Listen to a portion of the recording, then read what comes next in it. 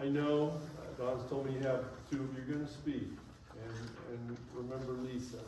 And I don't know which one of you want to go first. Come on, then. Thank you, Pastor. You're very welcome. All right. Give me just a moment here. Well, good afternoon, everybody. I hope you're all doing okay, and I hope the commute wasn't treacherous. I want to thank everyone here for braving the cold to come celebrate a beautiful person's life. Most of you don't know me. I wasn't able to get out here too much to visit, which is something that I wish I could have done more frequently. My name is Zachary Chapman, and I'm Leisa's son. Not only her son, but her only child. Mom had a lot of rough patches. I could stand up here all day long and tell about the many bumps and bruises she had in life, but that's not what God would do. And it's certainly not how I intend to remember my mother. Thankfully, some of those bumps, I didn't even think you consider this a bump, what I'm about to share, turned into some pretty heartwarming and funny stories that even Mom would love to tell and laugh at. For example, now I know this is a church, so I'm going to make this sound as innocent as possible. Back in a more rebellious phase, we'll say,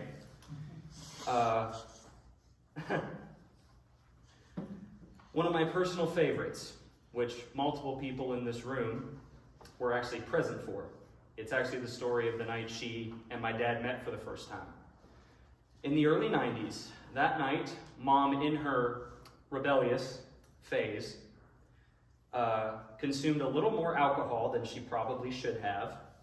And after a night of her and Dad meeting, getting to know each other, and the friends they had brought along with getting to know each other as well, they walk Mom out to the car she was riding home in.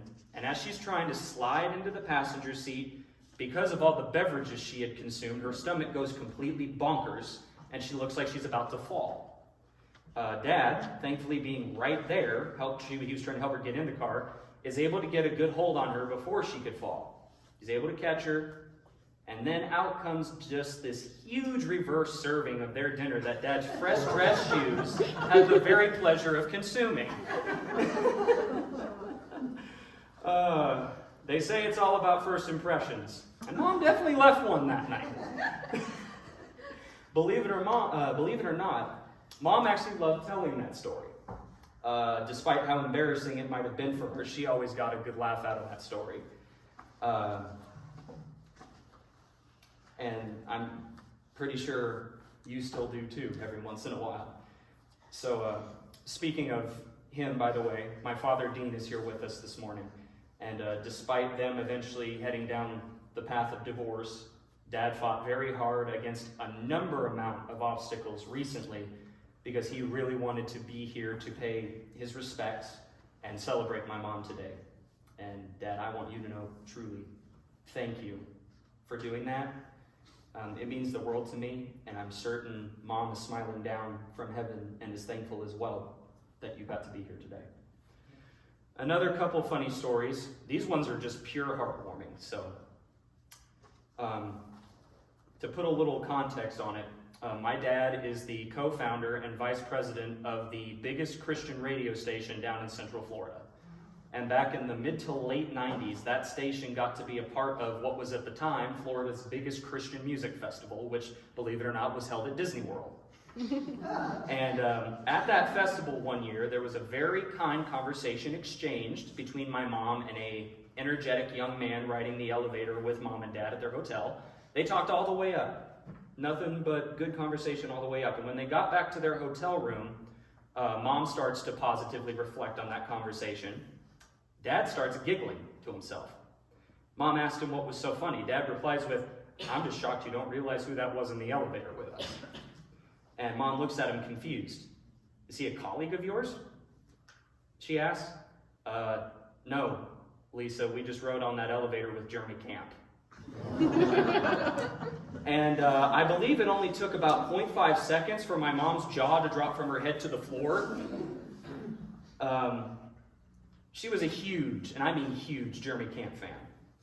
and somehow had no idea they had just ridden on the elevator with him at a Christian music festival. Similar story from the same event. I don't know if it was after, right? So a day or so after, Mom's down in the lobby of that hotel, and she strikes up a delightful conversation with a very lovely young lady that's sitting down there at a coffee table. Mom got back to the hotel room and starts to tell Dad about that delightful conversation with how she described a beautiful young Australian lady who had a gorgeous yellow long-sleeve shirt. My mom was one for fashion. Dad giggles again. Dad says, Mom asks him, what's so funny this time? Dad says, you really didn't realize who that was in the lobby? Mom goes, that was another artist? Dad nods. Mom says, really? Yeah, without a doubt. Leisa, you just had a conversation in the lobby with Rebecca St. James. Apparently this time it didn't even take half a second for her jaw to drop to the floor, as she was also a big Rebecca St. James fan.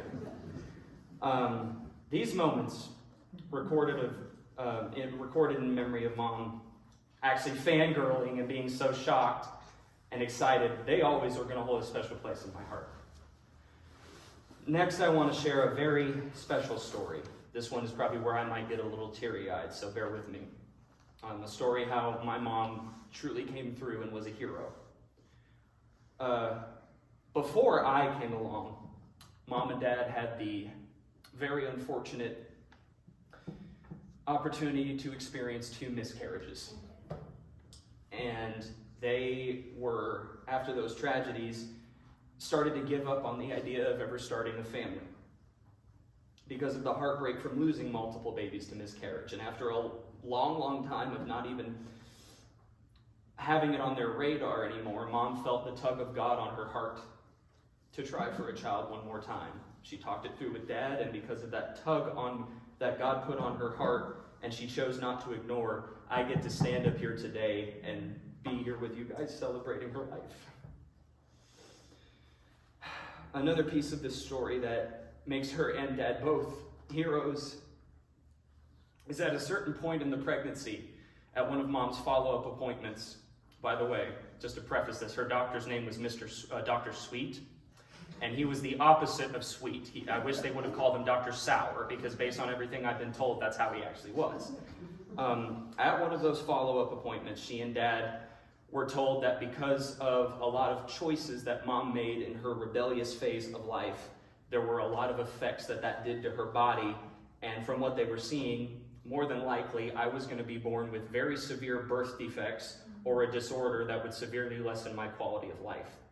Multiple personnel in that doctor's office that day said very bluntly to Mom and Dad that it was in Mom's and my best interests to terminate the pregnancy. Hearing this was obviously very hard on both of them, because they finally had a pregnancy that was moving along and seemed like a clear answer from God, and the doctors were telling them that the best possible option was to abort.